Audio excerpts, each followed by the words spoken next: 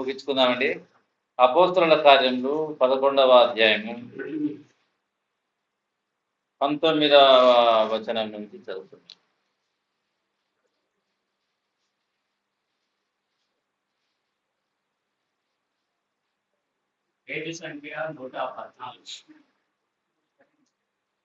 Stephen విషయంలో నేను చదువుతాలేదు. Stephen విషయంలో కలిగిన శ్రమను బట్టి చెదరిపోయిన వారు యూదులకు తప్ప మరి ఎవనికిని వాక్యము బోధింపక ఫెనీకే, కుప్రా, అంతియొకయ ప్రదేశముల వరకు సంచరించింది. కుప్రియులు కొందరును, కురేనీయులు కొందరును వారిలో ఉండిరి. వీరు అంతియొకయకు వచ్చి గ్రీసు దేశపు వారితో మాట్లాడుచు ప్రభువైన యేసును గూర్చిన సువార్త ప్రకటించింది. ప్రభు హస్తము వారికి తోడై ఉండెను కనుక నమ్మిన వారు అనేకులు ప్రభు తట్టు తిరిగిరి. వారిని గూర్చిన సమాచారం యెరూషలేములోనున్న సంఘపు వారు విని బర్నబాను అంతియొకయ వరకు పంపిరి. అతడు వచ్చి దేవుని కృపను చూచి సంతోషించి ప్రభువును స్థిర హృదయంతో హత్తుకొనవలెనని అందరినీ హెచ్చరించెను. అతడు పరిశుద్ధాత్మతోనూ విశ్వాసంతోనూ నిండుకున్న సత్పురుషుడు. బహుజనులు ప్రభు పక్షమున చేరిరి. అంతటా అతడు సౌలును వెతుకుటకు తార్చునకు వెళ్ళి అతనిని కనుగొని అంతియొకయకు తోడుకొని వచ్చాను. వారు కలిసి 1 సంవత్సరమంతయు సంఘములో ఉండి బహుజనులకు వాక్యమును బోధించుడు. మొట్టమొదట అంతియొకయలో శిష్యులు క్రైస్తవులనబడిరి. ప్రార్థన చేద్దాం. జీవాధిపతి అయిన మా ప్రభువా, వాక్యమును దీవించమని మా ప్రభువైన యేసుక్రీస్తు నామమున ప్రార్థన చేసి మృతిమాలి వేడుకుంటున్నాం తండ్రి. ఆమేన్. ప్రభునందు ప్రియమైనటువంటి వాళ్ళరా, మొట్టమొదట పెంతెకోస్తు దినాన, ఇవన్నీ మనకు తెలిసిన పెంతెకోస్తు దినాన సంఘము ఏర్పడ్డది. పరిశుద్ధాత్మ దేవుడు పైనుండి పంపబడి అపోస్తలుల మీద రాలినప్పుడు వారిలో ఒక్కొక్కరు, అందరూ ఒకేసారి కాదు, ఒక్కొక్కరు ఒకరి తర్వాత ఒకరు ప్రభు వారికి వాక్శక్తి అనుగ్రహించిన కొలది వారు ఆ చేరి వచ్చిన వారి దేశపు భాషలతో వారు మాట్లాడి దేవుని గూర్చిన కార్యాలు వారు ప్రకటించినారు. ఇది అపోస్తలుల కార్యం 2వ అధ్యాయంలో 1వ అధ్యాయం నుంచి మనం చూస్తాం. పెంతెకోస్తు దినాన సంఘము భూమి మీద ప్రారంభం కావడం. అప్పుడు ఆ అపోస్తలులందరి మీద పరిశుద్ధాత్మ దేవుడు రాలినట్టుగా మనం చూస్తూ ఉన్నాం. అయితే అక్కడ చాలా మంది చాలా డిబేట్లు చేసుకుంటూ ఉంటారు. అక్కడ స్త్రీలు లేరా, ఎంతమంది ఉన్నారు అన్నది. కానీ నా మట్టుకైతే అక్కడ కేవలము అపోస్తలులు మాత్రమే ఉన్నారు. 120 మంది సహోదరులు కూడి ఉన్నారు. అట్ ద సేమ్ టైం ఈ ప్రత్యేకమైన సమయం వచ్చినప్పుడు 11 మంది కూడి ఉన్నారని ప్రభునందు అనుకుంటున్నాను. ఒకవేళ అది కాకపోయినా అది తప్పైతే మాత్రం కాదు. మంచిది. వారు మేడగదిలో ఉన్నారు. మేడగదిలో ఒకరి తర్వాత ఒకరు ఆ పరిశుద్ధాత్మ దేవుడు కుమ్మరింపబడిన తర్వాత వాళ్ళ అన్య భాషలు, వేరే ఇతర దేశ భాషలు వాళ్ళు మాట్లాడినారు. ఇతర దేశస్తులకు ఆ దేవుని గురించిన కార్యాలు వారికి అర్థమైనాయి. ఇట్లా 11 మంది భాషలు మాట్లాడినారు. అయితే ఆ దినాన 12వ వాడైనటువంటి పేతురు భాషలు మాట్లాడారు. కారణం ఏంటంటే ఆ రోజు అందరికీ యూదులకు మాత్రమే అక్కడ సువార్త ప్రకటింపబడింది. అన్యులు లేరు అక్కడ, యూదులు మాత్రమే. యూదులందరికీ ఏ భాష తెలుసు? హెబ్రీ భాష తెలుసు. కాబట్టి వాళ్ళ దేశ భాష కాకోకుండా యూదులకు అందరికీ పరిచయమైనటువంటి, ఒకవేళ అరామిక్ భాష అయిండవచ్చు, ఆ భాషలో మాట్లాడినాడు. లేఖనాలను ఎత్తి పేతురు, అయ్యా పొద్దు పొడిచి జామైనా కాలేదు, మీరందరూ వీళ్ళను తాగుడుబోతులు అనుకుంటున్నారు అని అంటున్నాడు. ఎందుకు పొద్దు పొడిచి జామైనా కాలేదు అంటున్నాడంటే, తెల్లవారుగానే ఎవరైనా మద్యం తీసుకుంటే వాళ్ళకు మత్తు ఎక్కదు. ఎప్పుడు ఎక్కుతుంది మత్తు? ఎండ పడితేనే మద్యం మత్తు ఎక్కేది. కాబట్టి వీళ్ళు త్రాగుడుబోతులు కాదు అని పొద్దు పొడిచి జాబ్ కూడా కాలేదు, అప్పుడే వీళ్ళు ఎట్లా మత్తులో ఉంటారు అని పేతురు చెప్తూ యోవేలు ప్రవచనాన్ని గురించి వారికి తెలియపరుస్తున్నాడు. ఎందుకంటే వాళ్ళందరికీ యోవేలు ప్రవచనం గురించిన అవగాహన ఉన్నది. దాన్ని పేతురు భక్తుడు విడమర్చి చెప్పాడు. అదే పేతురు భక్తుడు మరి ఆధారం చేసుకుని ప్రభు అయిన యేసుక్రీస్తుని గురించిన సువార్త ప్రకటించినాడు. ఆయననే దేవుడు ఏర్పాటు చేసుకున్నాడు. యేసునే దేవుడు లేపాడు, మేమందరం దీనికి సాక్షులం. ఆయన పరలోకానికి వెళ్ళినాడు. మీరందరూ అనుకుంటున్నటువంటి దావీదు పరలోకానికి ఎక్కిపోలేదు. ఆయన చనిపోయినాడు, ఆయన సమాధి మన మధ్యలో ఉంది, ఆయన కుళ్ళిపోయినాడు. కానీ మన ప్రభు అయిన యేసుక్రీస్తులు లేపి ఆయన కుళ్ళినటువంటి వాడు కాదు, ఆయన దేవుడి కుడిపార్శ్వమున కూర్చుని ఉన్నాడని లేఖనాలన్నీ చెప్పినప్పుడు దాదాపు 3000 మంది ప్రభువును అంగీకరించి ఆ రోజు సంఘముగా చేర్చబడ్డారు.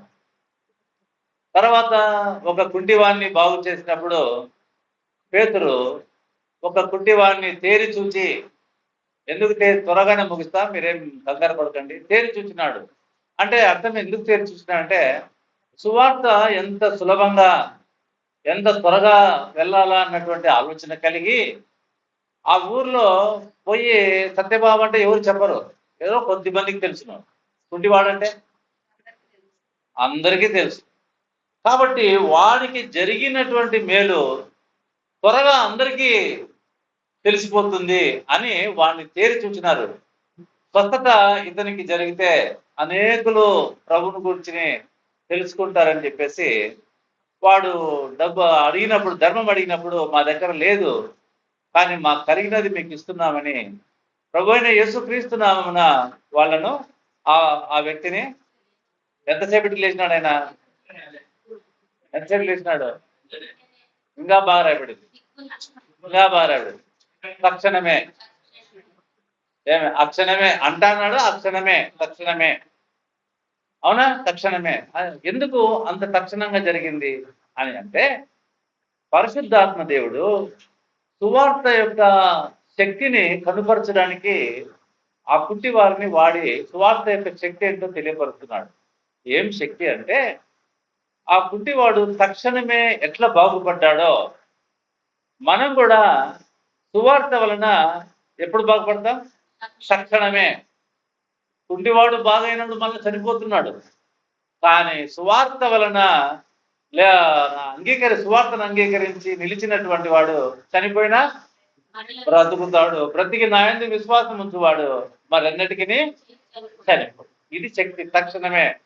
ఎవరి జీవితంలో అయితే సువార్త అంగీకరిస్తున్నారో ఆ కుంటివాడు ఏ విధంగా బాగుపడ్డాడో, పూర్తిగా బాగుపడ్డాడో, అదే విధంగానే మనం కూడా సంపూర్ణంగా దేవుని కుమారుడుగా మార్చబడుతున్నాము అన్న సత్యాన్ని తెలియపరచడానికే పరిశుద్ధాత్మ దేవుడు ఇమీడియట్ గా ఆ వ్యక్తిని ఏదో వారము, 2 వారాలు, 3 వారాలు కాదు. సువార్త నమ్మిన వాళ్ళు సంవత్సరం రోజులు చర్చికి వస్తా ఉంటే, సంవత్సరం రోజులు చర్చికి వచ్చిన వారు ఇంకొక సంవత్సరం కూడా కొనసాగుతుంటారు. మీరు జ్ఞాపకం చేసుకోండి. సువార్త అన్నది కొనసాగేది కాదు, ఇమీడియట్ గా కార్యం జరిగించేది ఎవరు? అక్కడున్న పాస్టర్లు కాదు, అక్కడున్న వ్యక్తులు కాదు, దేవుడే ఆ కార్యాన్ని జరిగిస్తాడు. కాబట్టి జాగ్రత్త. ఆ యొక్క పేతురు ప్రసంగించినప్పుడు దాదాపు 5000 మంది పురుషులు. ఎంతమంది అంటే ఇప్పుడు మొత్తం ఎంతమంది అయినారు? 8000. ఇంకా పిల్లలు, స్త్రీలు అంతా ఒక 10,000 అనుకుందాం. ఈ యొక్క 10,000 మంది ఉన్న సంఘంలో ఈ చరిత్ర మనకు తెలియాల.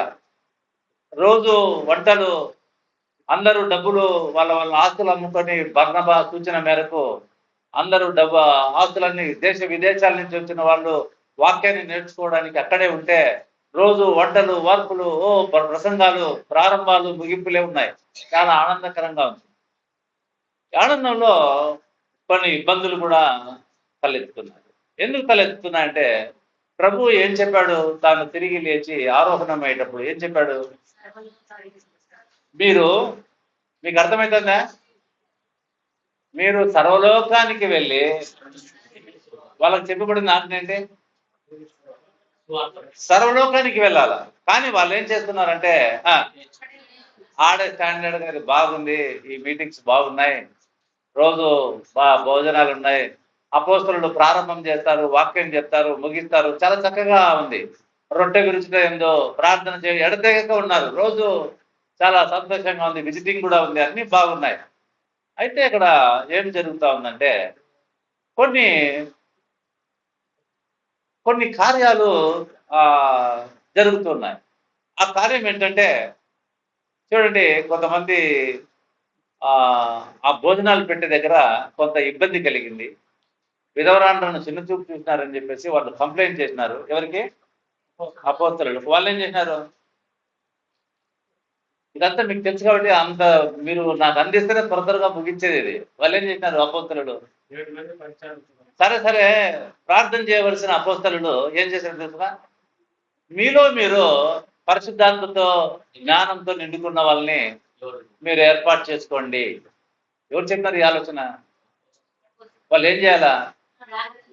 కానీ వాళ్ళు ప్రార్థన చేయడం. వాళ్ళు ఏం చేస్తానంటే ప్రార్థనకు అవకాశం లేకుండా పోయింది. మీరు ఏర్పాటు చేసుకోండి, వాళ్ళు భోజనానికి పెట్టుకుందాం, మేమైతే వాక్యాన్ని చెప్తా ఉంటాం.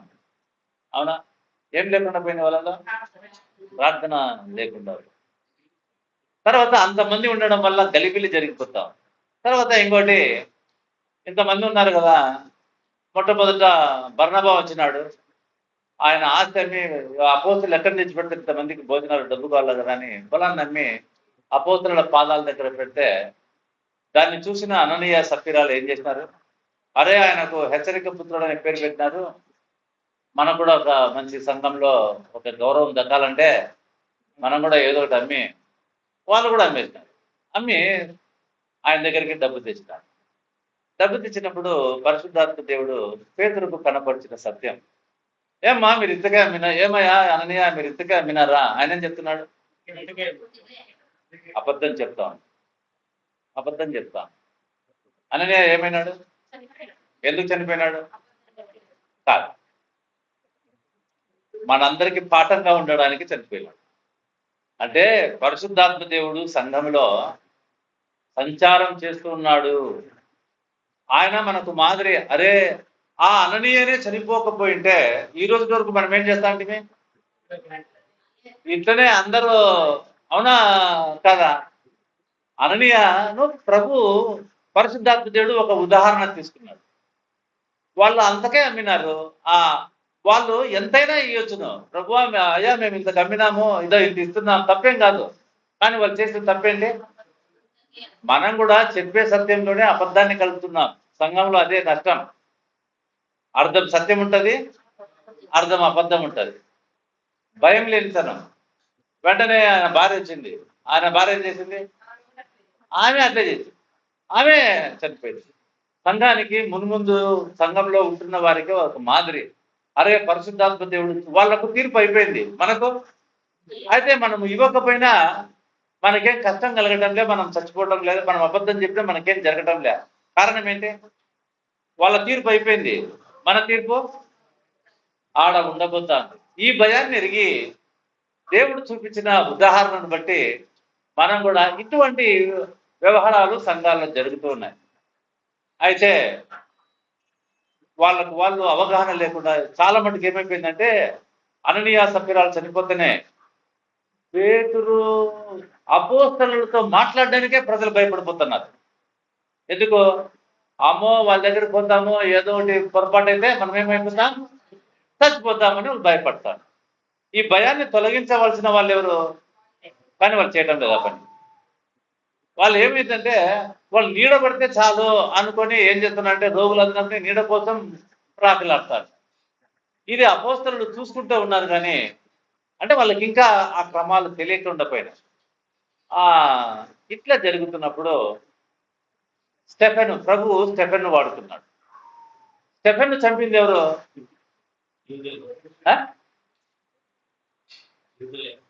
స్టెఫెను చంపబడడానికి అనుమతించిన వాడు ప్రభువే. ఎందుకు? ఆ రోజు ప్రభు ఆయన లేచి నిలుచున్నాడు.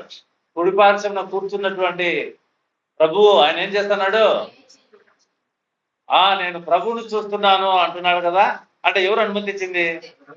ప్రభు అనుమతి. ఎందుకు అనుమతించినాడు? వాళ్ళు చెదిరిపోవడానికి. లేకుంటే వాళ్ళు ఏం కాదు, హ్యాపీగా తినుకుంటూ వాళ్ళు సువార్త ప్రకటించడానికి పోవడంలే. వాళ్ళు ఏం చేస్తున్నారు? ఇంకా అట్టే గడుపుతా ఉన్నారు. సత్యం నేర్చుకున్నారు, వెళ్ళాలా, వాళ్ళ దేశాలకు వెళ్ళాలా, అక్కడ సంఘాలు ఏర్పాటు చేసుకోవాలా, కానీ వాళ్ళు వెళ్ళటం లేదు. అందుకనే స్టెఫెను ఎప్పుడైతే అనుమతించినాడో దాదాపు 20,000 మంది ఉన్న సంఘంలో అందరు చెదిరిపోయినారు. ఎంతమంది ఉన్నారు? అపోస్తలుడు తప్ప అని రాయబడింది. అపోస్తలుడు తప్ప అందరూ ఎంతమంది ఉన్నారు ఇప్పుడు? 30,000 మంది ఉన్న సంఘంలో.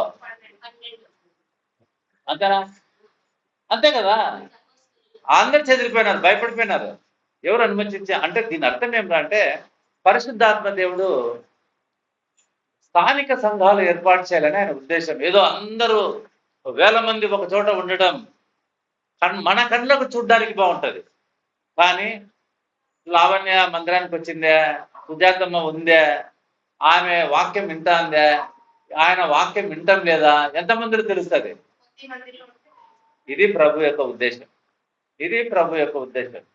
వీళ్ళకి సహాయకరంగా కూడా ఈ పాఠాన్ని, అది ప్రభు యొక్క ఉద్దేశం. 100 మంది వస్తే ఎవరు బలపడుతున్నారు, ఎవరు బలహీనపడుతున్నారు మనకెవరికి తెలీదు. అందుకనే ప్రభు ఏం చేసినాడంటే చెదరగొట్టేది.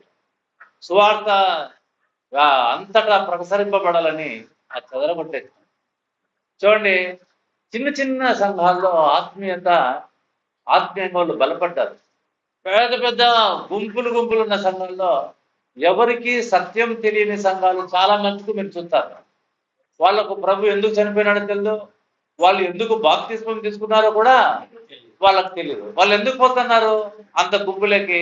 వీళ్ళ కన్నులకు బాగుండటానికి. ఆడపోతే ఎంతమంది వస్తున్నారు.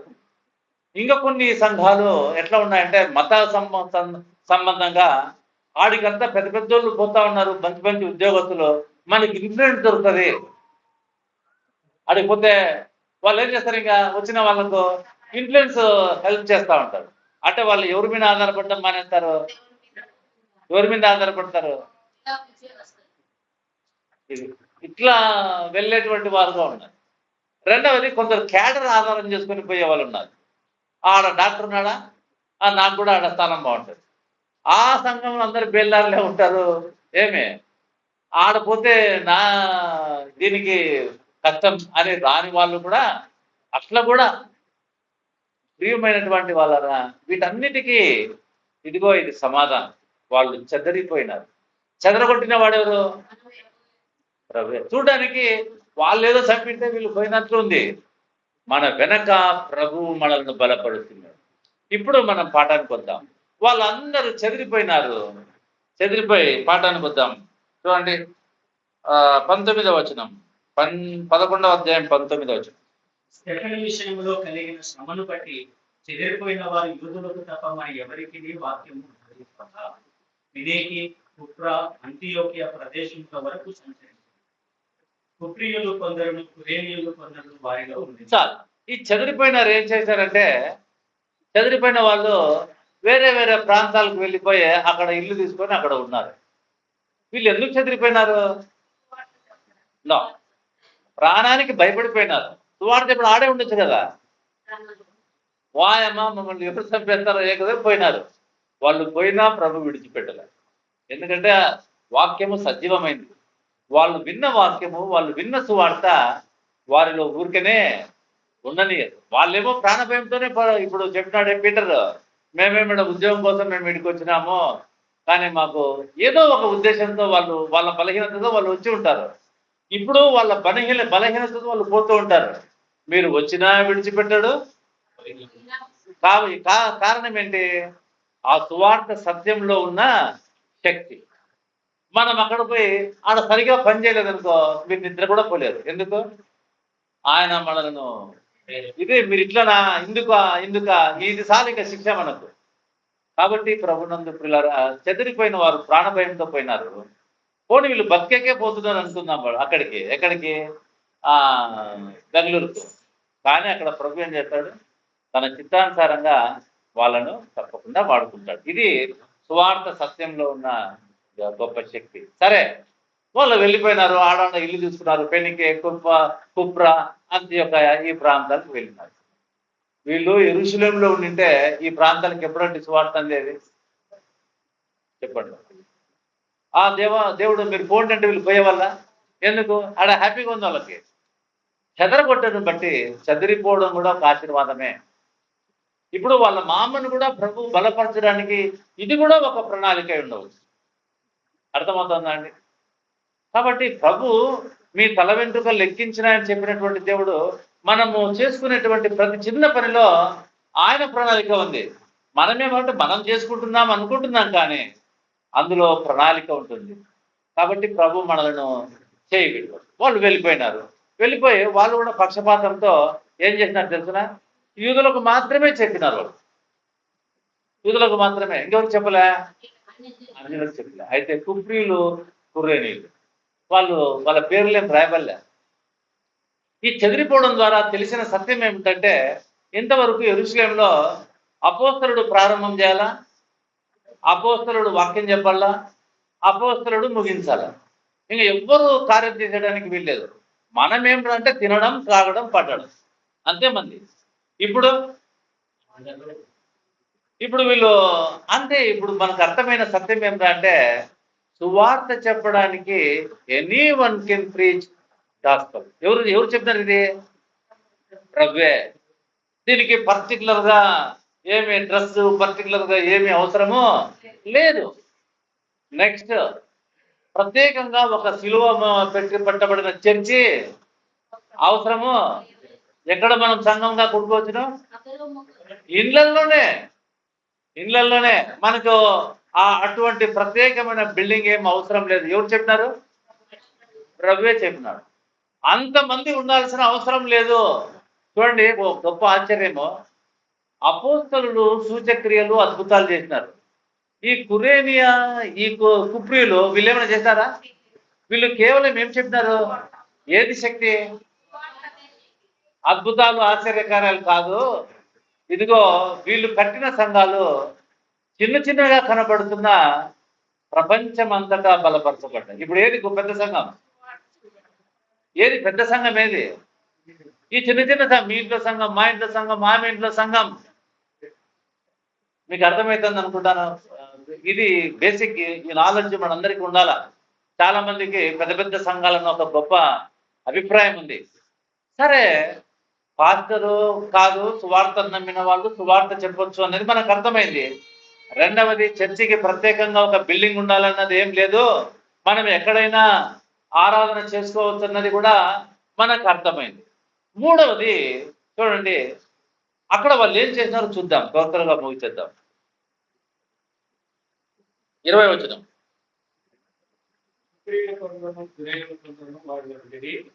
మీరు అంత్యోకకు వచ్చి గ్రీసు దేశం వారితో మాట్లాడుతూ యేసును చూపించిన సువార్త ప్రకటించింది. చాలు. వీళ్ళు ఏం చేశారంట? మొట్టమొదట బైబిల్ పట్టుకొని పోయి సువార్త చెప్పలేదు. ఏం చెప్తారు వీళ్ళు? మాట్లాడినారు.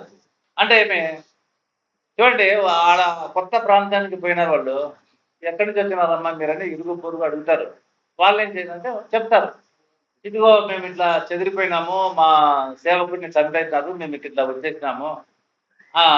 అయితే ఎందుకు చంపేశారని వాళ్ళు అడిగారు అనుకుందాం. వాళ్ళు ఏం చెప్పిట్టారు? ఇంకా వీళ్ళకి తెలియకోకుండానే వీళ్ళు సువార్త ప్రకటించేస్తారు. గ్రీసు దేశం వారితో మాట్లాడుతూ మనం కూడా ఎక్కడికైనా వెళ్ళినప్పుడు మన ఇరుగు పొరుగు వాళ్ళతో మాటలు ఉండాలి. సెకండ్, సువార్త ఉండాలి. డైరెక్ట్ గా పోయి మీ దేవుడు కాదు మా దేవుడే అని అన్నాం అనుకో, ఆ ఆత్మలను మనం పోగొట్టుకుంటాం. ఈ కాలంలో ఏమైపోయినంటే ధర్నాలు చేద్దాం, ధర్నాల ద్వారా దేవుని కార్యాలు జరగవండి.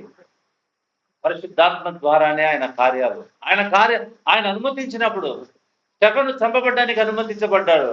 ఎవరు ధర్నా చేయలే, చదిరిపోవడానికి ఇష్టపడ్డారు, కానీ ప్రభుత్వం మీద ఎదురు తిరగడానికి వారేమి ఐక్యం కాలేదు.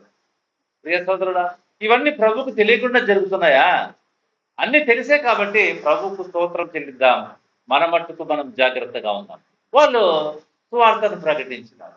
సువార్తను ప్రకటించినప్పుడు ఏమైంది చదవండి. ప్రభు వస్తువులు వారికి తోడై ఉండేది కనుక నమ్మిన వారి నేరు ప్రభు తట్టు తిరిగి ప్రభు హస్తము వారికి తోడై ఉండెను. నమ్మిన వారు అనేకులు ప్రభు తట్టు తిరిగారు. ప్రభు హస్తం అంటే వాళ్ళు నడిపించిన వాడెవరు? ప్రభే. మన బ్యాక్గ్రౌండ్ వేరే ఉండొచ్చు, వాళ్ళ బ్యాక్గ్రౌండ్ పిల్లల చదువులు ఉద్యోగాలని. కానీ ప్రభు యొక్క బ్యాక్గ్రౌండ్ ఏది? అది ఆయన. అందుకనే ప్రభు హస్తము వారికి తోడై ఉండని కనుక నమ్మిన వారు అనేకులు ప్రభు తట్టు మాత్రమే తిరిగినారండి. అంటే ప్రభు తట్టు తిరుగుతారు, రేపొద్దున ఆ తట్టు కూడా తిరగచ్చు. స్టాండర్డ్ కాదు వాళ్ళు. ప్రభు తట్టు తిరిగిన వాళ్ళు స్టాండర్డ్ కాదు వాళ్ళు.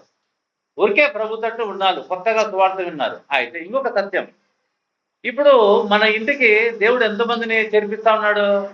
అసలు మన సామర్థ్యాన్ని బట్టి చేర్చుకుంటామా? సంఘంలో దేవుడు చేర్పిస్తాడా? అందుకనే ఎఫెసీ అపోస్తల కార్యంలో అనుదినము రక్షణ పొందుతున్న వారిని వారితో చేర్చుచుండెను. ఎవరు చేర్చేది? మన సామర్థ్యం కాదు, మన డాంబికం కాదు, మన జ్ఞానం కాదు, మన కులం కాదు. ప్రభువే చేర్పించేటువంటి వాడు. ఎంతమందిని చేర్పిస్తాడు అంటే, ఇప్పుడు చూడండి, పీటరు రేవతి అదేదో ప్రాంతానికి వెళ్ళిపోయినారు. వెళ్ళిపోయిన తర్వాత వారి సామర్థ్యం ఎంత మట్టుకో అంతమందిని మాత్రమే, వాళ్ళను జాగ్రత్తగా చూసుకునే బాధ్యత మనది. పోతే వెంటనే ఒక 100 మంది వచ్చినారు అనుకోండి, వాళ్ళు ఏం చేయలేరు, వాక్యము చెప్పలేరు. ఈమెను అనిచే లోపల ఇంకొక ఆయన లేస్తాడు, ఇంకొక ఆయన అనిచే లోపల. అదే ప్రభు చేర్పించినటువంటి వాళ్ళైతే చెప్పండి. అందుకనే మనము ఇద్దరే, మా సంఘం చాలా పేదది, మా దాంట్లో ఇద్దరే, నా ఆసక్తి తప్పండి. ప్రభు 2-3 ఉన్న వారి మధ్యలో ఆయన ఉన్నాడు. ఈ సత్యాన్ని గుర్తెరిగి మనం సంతోషంతో పరిచర్య చేయాలి. మన సామర్థ్యం ఎంత మట్టుకో. మా ఇంటికి 10 మంది బంధువులు ఇచ్చినారు అనుకోండి, మేము చేయగలుగుతాం. వాళ్ళకి ఏమైనా భయపడిపోతాం, అమ్మా ఎట్ట చేయలేదని. అదే ఒకరిద్దరు వస్తే, మా సామర్థ్యం మేరకు వస్తే వాళ్ళని ఎంతనే సంతోషపరుస్తాం. కాబట్టి ఇప్పుడు ఏమైందంటే, వాళ్ళ సామర్థ్యం కొద్దీ ప్రభు వాళ్ళకు అనుగ్రహించినాడు. వాళ్ళందరూ ప్రభు తట్టు తింటారు. ఆ ఇంట్లో కొంతమంది ఉన్నారు, మా ఇంట్లో కొంతమంది ఉన్నారు, ఆ ఇంట్లో కొంతమంది. ఈ కొంతమంది కలిసి యెరూషలేములో ఉన్న వారందరికంటే ఎంత సౌలభ్యంగా ఉందండి, ఎంత సౌలభ్యంగా ఉందండి. మోసే తీర్పు తీరుతుంటే ప్రజలు క్యూలో నిలబడి అలసిపోతున్నారు. మోసే మామేం చెప్పినాడు? అయ్యా, అది క్రమం కాదు, కొంతమందిని పెద్దల్ని ఏర్పరిచి వాళ్ళు చూసుకుంటారు. ఎంత వాళ్ళకు తేలిక అయిందండి. ప్రభు మనం తేలిక చేశాడు. సరే, ప్రభు తట్టు తిరిగినారు. ప్రభు తట్టు తిరిగితే భారం కలిగిన బర్నబా అంటే అర్థమేమి? హెచ్చరిక పుత్రుడు అని. ఆయన ఏం చేస్తాడు చూద్దాం, చదవండి తొందరగా. వారిని గురించి సమాచారము యెరూషలేములో ఉన్న సంఘపు వారు విని బర్నబాను అంతియోక్య వరకు పంపిరి. అతడు వచ్చి దేవుని కృపను చూచి సంతోషించి ప్రభువును స్థిర హృదయముతో హత్తుకొనవలెనని అందరినీ హెచ్చరించారు. బర్నబాను ఎందుకు పంపించినారు? బర్నబాను ఎందుకు పంపించినారంటే, అరే అపోస్తలులు ప్రారంభం చేయకుండా ఆడెట్లా పరిచర్య ప్రారంభమైంది? దేన్నైనా అపోస్తలులే కదా పరిచర్య ప్రారంభం చేస్తుంది. వాళ్ళు ఎట్లా చేసుకుంటారు? బర్నబా చూసుకొని రాపో అంటే, బర్నబా ఎట్లా వచ్చినాడు? తన కోపంతో వచ్చినాడు. మా అపోస్తలులు లేకుండా మీరు పరిచర్య చేసుకుంటారా అని. అక్కడికి వచ్చి అన్యజనులు సైతం దేవుని కృపను చూచి, దేవుడు అన్యజనులను కృపను గ్రహించి వారు కూడా దేవుని పిల్లలుగా మార్చబడే భాగ్యం ఇచ్చినాడని కోప్పడవలసిన వాడు ఏమైతున్నాడు? అందుకని ఆయన గురించి ఏం రాయబడిందంటే, పరిశుద్ధాత్మతో నిండుకున్న వాడు.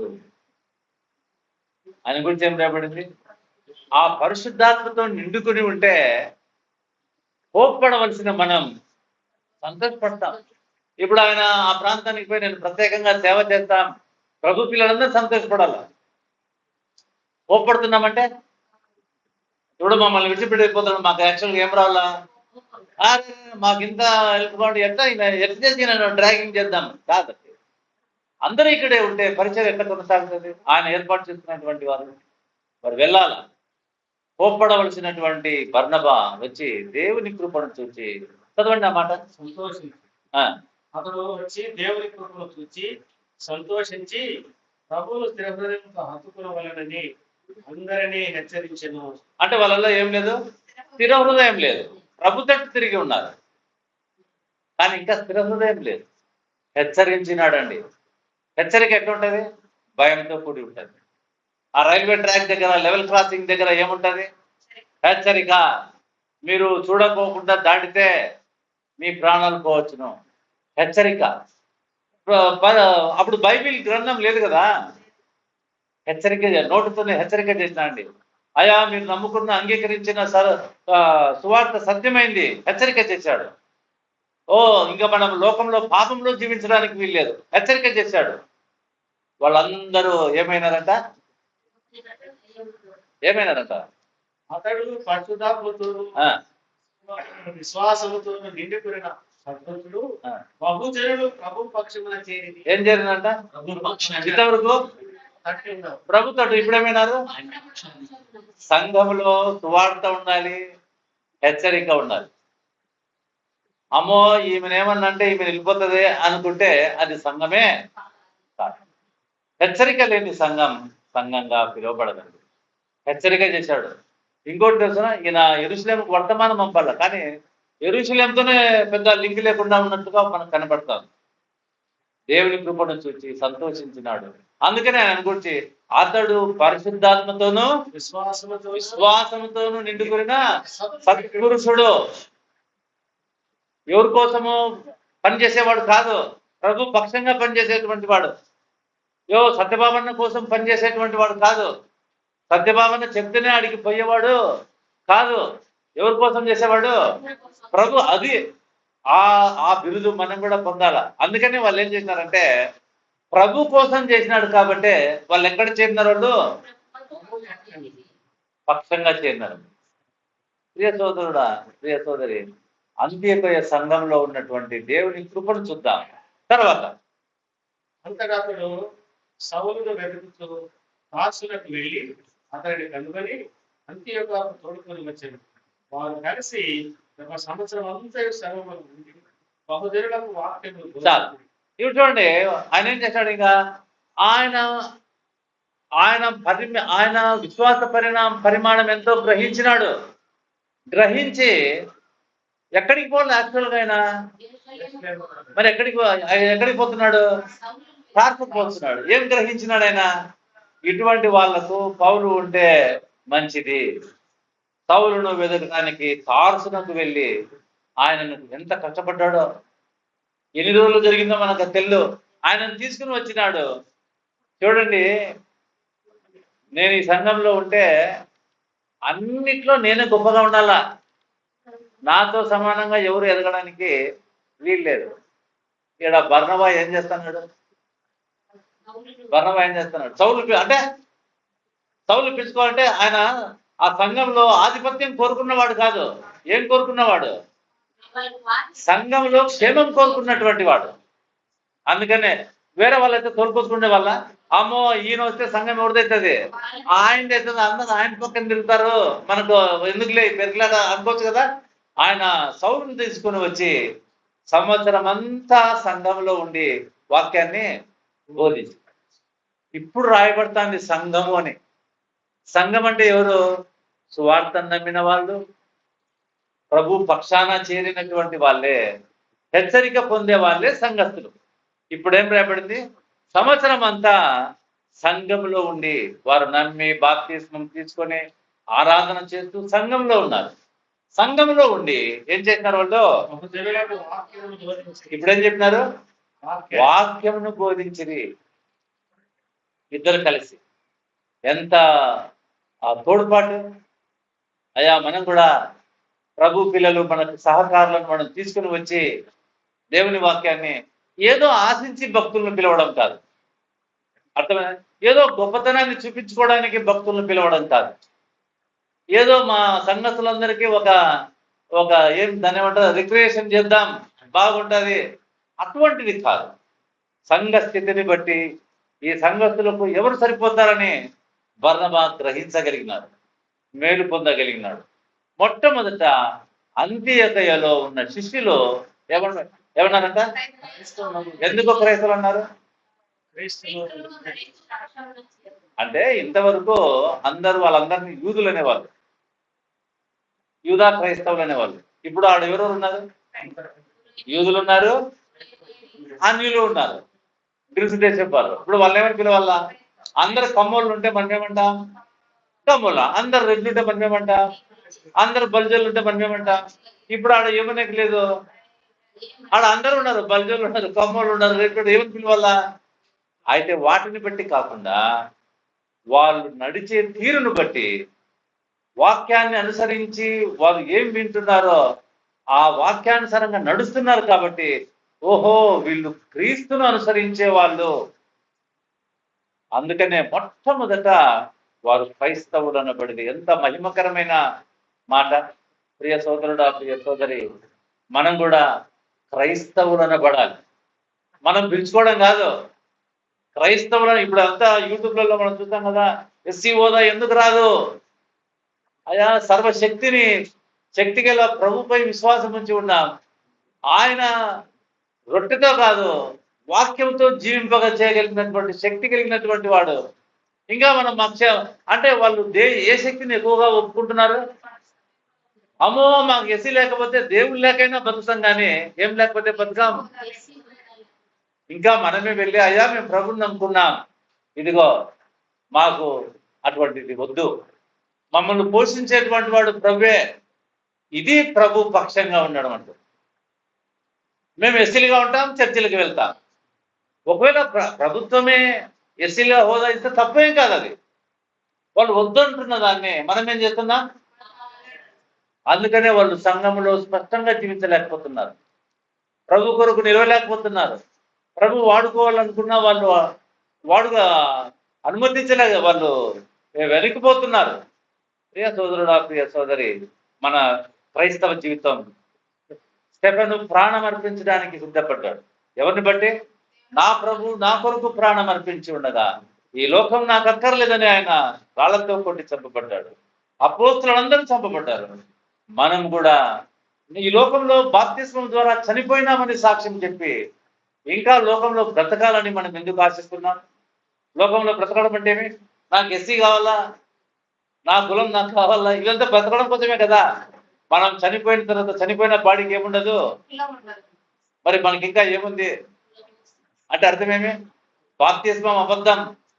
మేము ఇంకా ప్రభునందు చనిపోలే, మేము ఇంకా లోక సంబంధంగా బతికే ఉన్నాం. ప్రియ సోదరుడా, ప్రియ సోదరి, చిన్న చిన్న సంఘాలలో ఆత్మీయంగా మనం తప్పక ఎదుగుతాం. కాపరికి అర్థమవుతుంది ఏ గొర్రె బలహీనంగా ఉంది, ఏ గొర్రె బలంగా ఉంది, ఏ గొర్రె కుటుంబం ఎట్లా ఉంది.